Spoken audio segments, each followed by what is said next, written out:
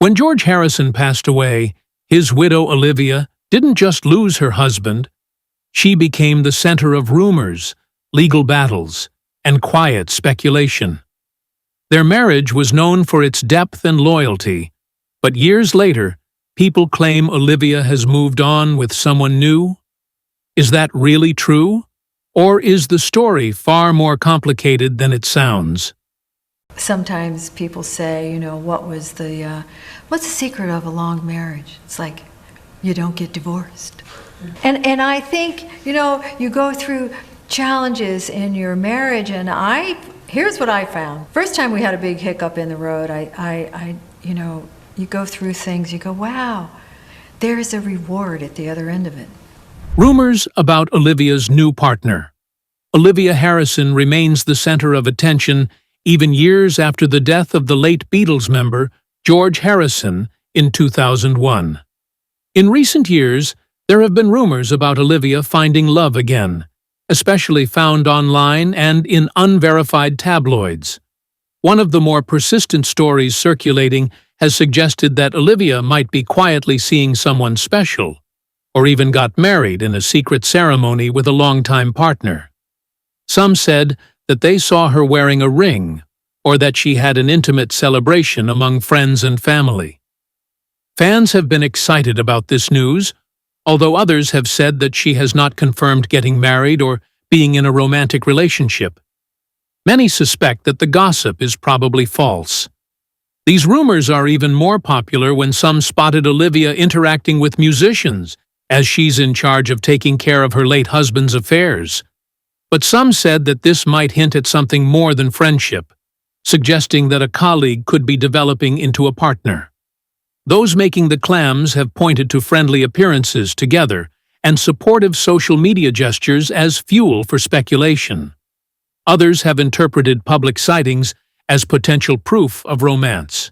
But despite the noise online, insiders that are close to Olivia say that she has maintained a remarkably private life ever since George passed away. Far from fueling these rumors, she has focused instead on preserving her husband's legacy, managing his estate, producing documentaries and books about their life together, and caring for their son, Donnie. People in her inner circle have not confirmed whether she has entered into a new romantic relationship or remarried. Rumors have been fading quickly in the face of her long-standing dedication to George's memory. In rare interviews, George Harrison's widow Olivia is now speaking up about the rumors, revealing that she is not dating anyone. Instead, she is focused on honoring George's legacy, and her emotional connection with him continues to shape her days. Rather than embracing new love, she has redirected her attention to family, spirituality, and protecting George's music and impact. But before she found herself embroiled in rumors and speculation, there was a time when the love of her life was still with her, and their love story started when they met decades ago. Meeting George Harrison. Before she ever stepped into the world of rock royalty, Olivia Trinidad Arias was a young woman from Los Angeles with roots in a close-knit Mexican-American family. Born to immigrant grandparents who had settled in California, Olivia grew up in Hawthorne, where she graduated from high school and carried with her a humble sense of life shaped by her upbringing and early exposure to music and culture, long before she was even famous.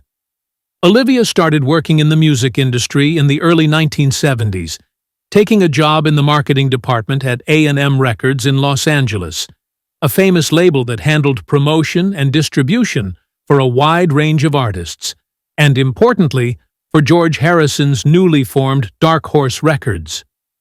In 1974, their paths crossed in a way that seemed unremarkable at first, but would change both of their lives.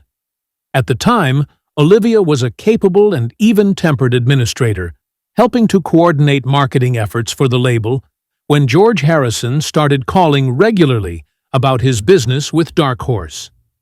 Their first interactions were professional and polite, conducted over work phone calls as they navigated the logistics of his record releases.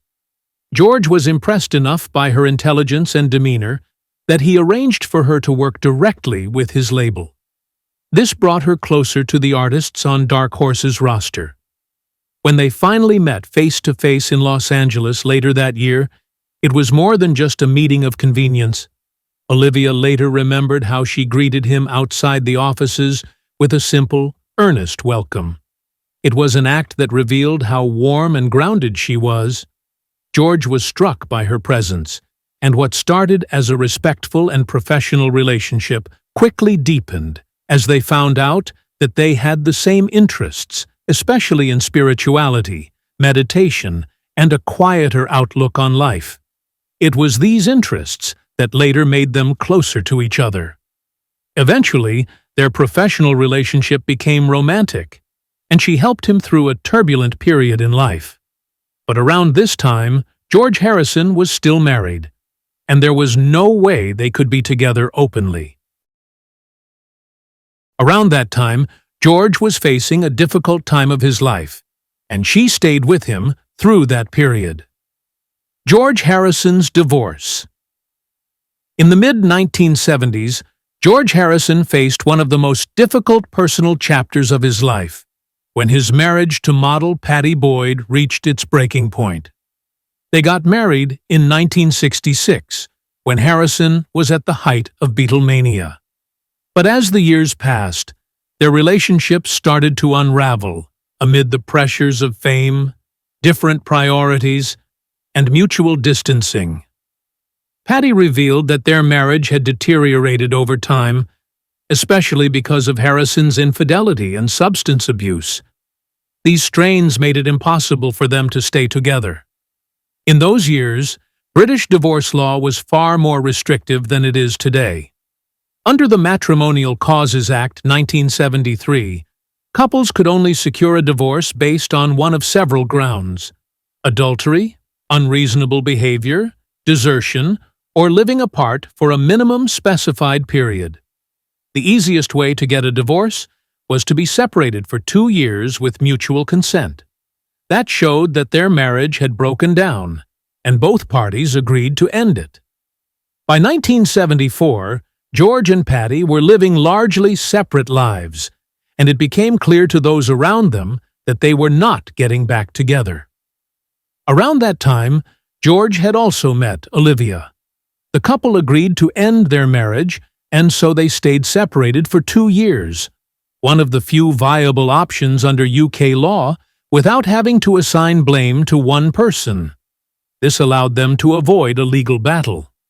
After living apart, George and Patty got a divorce in June 1977, bringing to a close more than a decade of shared history.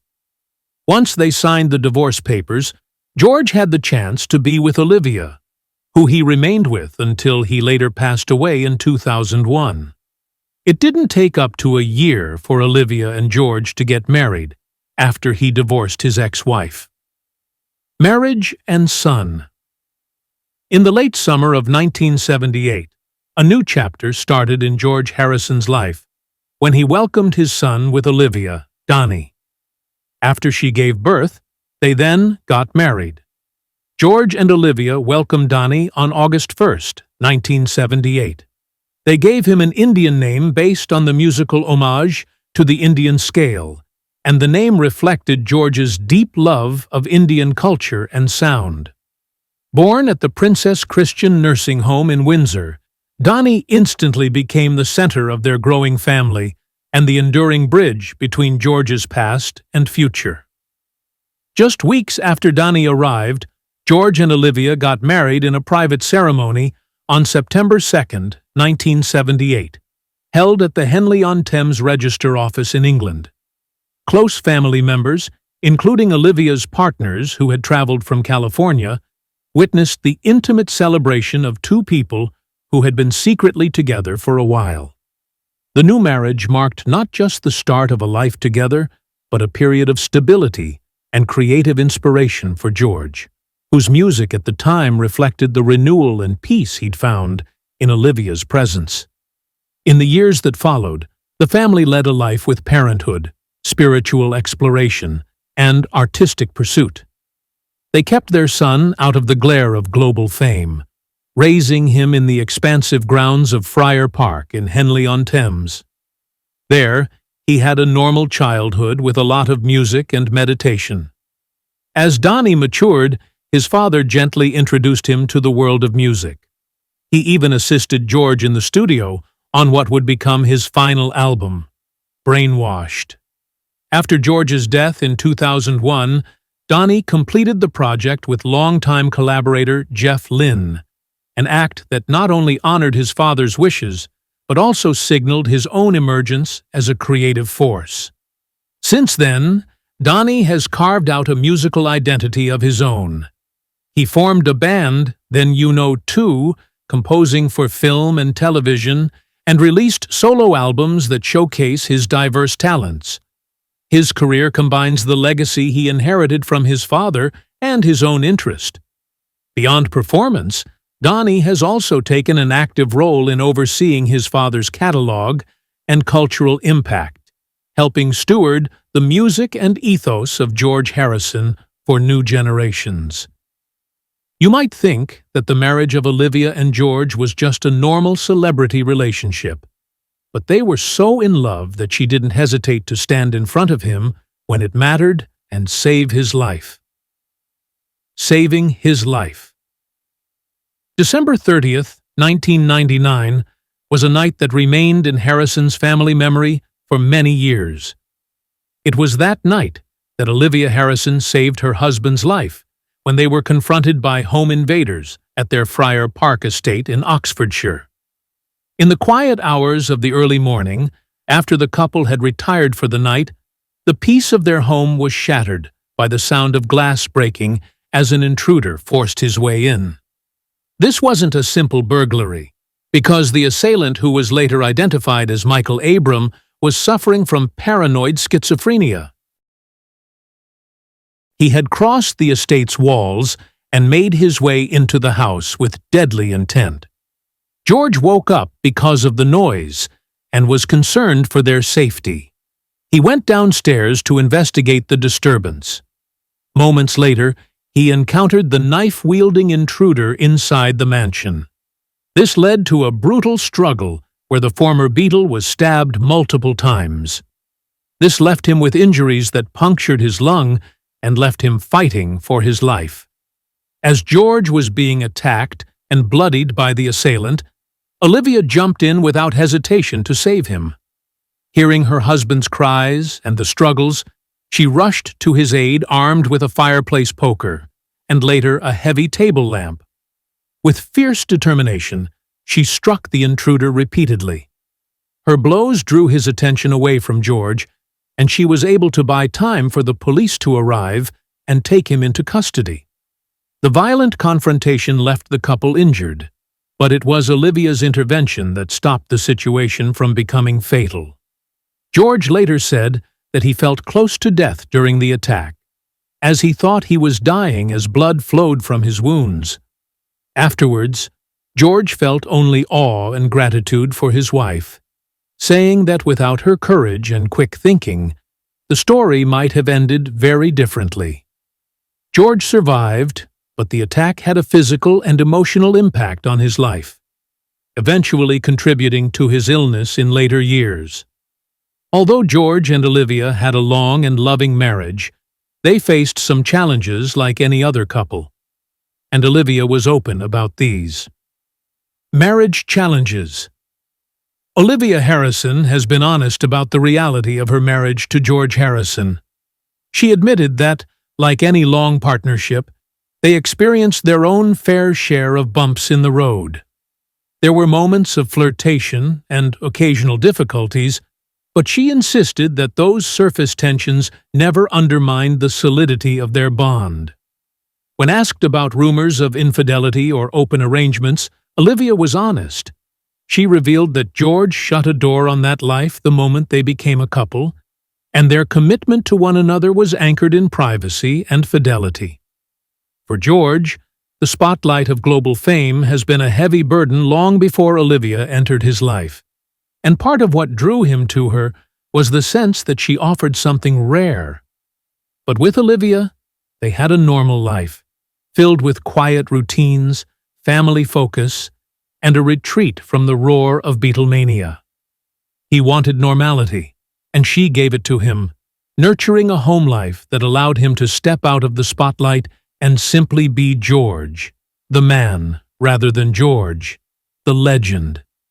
Even so, the couple could not escape the consequences of his fame. Olivia spoke about how obsessed fans sometimes projected their fantasies onto George, creating moments that were difficult, emotionally taxing, and unsettling. She navigated these situations with a combination of grace and resolve, often acting as a protector and mediator.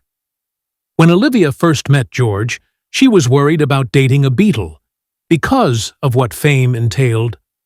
Yet, as they grew closer, their connection deepened into something almost spiritual. They had shared values, spirituality, and a genuine affection for each other's company.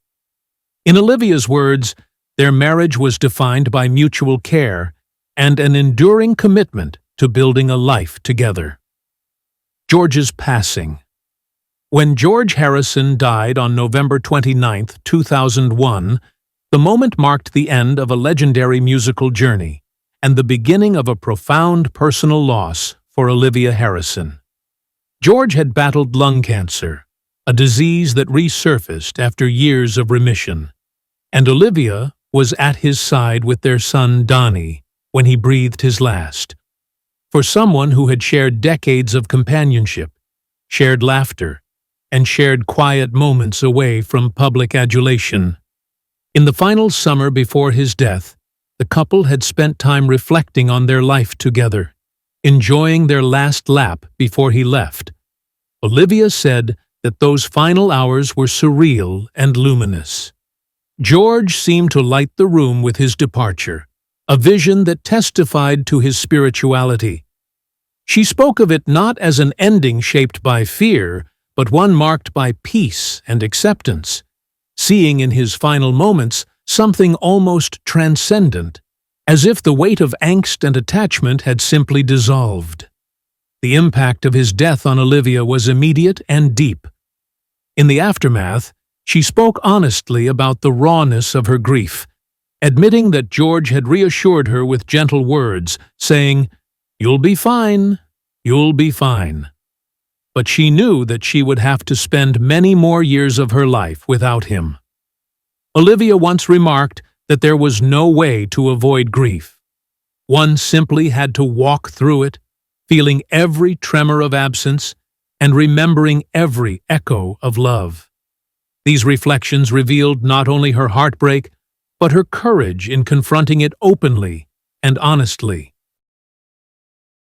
In the years that followed, Olivia reflected on how George's spiritual preparation for death eased her own fears. But after he passed away, Olivia had to deal with lawsuits and tension with his family. Tensions and lawsuits. When George Harrison died in November 2001, the world mourned the loss of a beloved Beatle. But for his widow Olivia and their son, Donnie, grief quickly became tangled with a fierce need to protect his dignity and memory. In the weeks and months that followed, a controversy emerged that would turn private sorrow into public legal battle. At the heart of that dispute was Dr. Gilbert Lederman, the physician who had treated George during his final illness, and whose conduct in those fragile final weeks drew harsh criticism from those close to the late musician. According to Olivia and Donnie's lawsuit, Lederman had breached patient confidentiality and exploited George's weakened condition, allegedly orchestrating a situation in which George was asked to sign a guitar and other items while gravely ill. He even guided his hand as he struggled to spell his own name. The suit went further, accusing the doctor of bringing his own children into the room so that George would listen to them play guitar and then autograph the instrument. The family stood their ground, saying that this behavior was inappropriate and took advantage of a dying man's vulnerability. For Olivia, the legal action was less about publicity and more about confronting conduct she saw as exploitative at a time when her husband was most vulnerable. The suit, filed in a federal court in Brooklyn and seeking substantial damages, also accused Lederman of speaking to the press about George's condition and treatment without consent, something that added to the family's distress and raised serious questions about professionalism and confidentiality. For Olivia, the legal action was less about publicity and more about confronting conduct she saw as exploitative at a time when her husband was most vulnerable. The suit, filed in a federal court in Brooklyn and seeking substantial damages, also accused Lederman of speaking to the press about George's condition and treatment without consent, something that added to the family's distress and raised serious questions about professionalism and confidentiality. Around the same time, there were tensions within George's extended family, which surfaced online and in interviews, especially from his sister Lois, who said that she used to receive money monthly from George, and this was discontinued once he passed away. Despite all the tensions and challenges, Olivia has made it her priority to honor his legacy as a member of the Beatles. Honoring his legacy. In the years after George Harrison's death in 2001, Olivia Harrison stepped into a role she never sought, but embraced with quiet dedication, turning deep personal loss into a lifelong mission to ensure that the man she loved would never be forgotten. Almost immediately after his passing, Olivia began shaping how George's life and work would be remembered, weaving together music, film, writing, and personal reflection to keep his spirit alive for both longtime fans and new generations. One of her first major undertakings was the Concert for George in 2002, a star-studded tribute at London's Royal Albert Hall that brought together Paul McCartney, Ringo Starr, Eric Clapton, and other close friends to celebrate his music and legacy. Olivia oversaw the production, and the filmed performance later earned a Grammy Award, underscoring not only the emotional force of the event, but the care with which she shepherded it into being. Her work as a producer continued with the acclaimed 2011 documentary George Harrison, Living in the Material World. Co-produced with director Martin Scorsese, the film offered an intimate look at George's life, from his rise with the Beatles to his later solo career and spiritual journey. It drew on rare footage and personal archives, reflecting Olivia's insistence on authenticity and integrity in how his story was told. The documentary went on to receive Emmy recognition, further validating her role behind the scenes.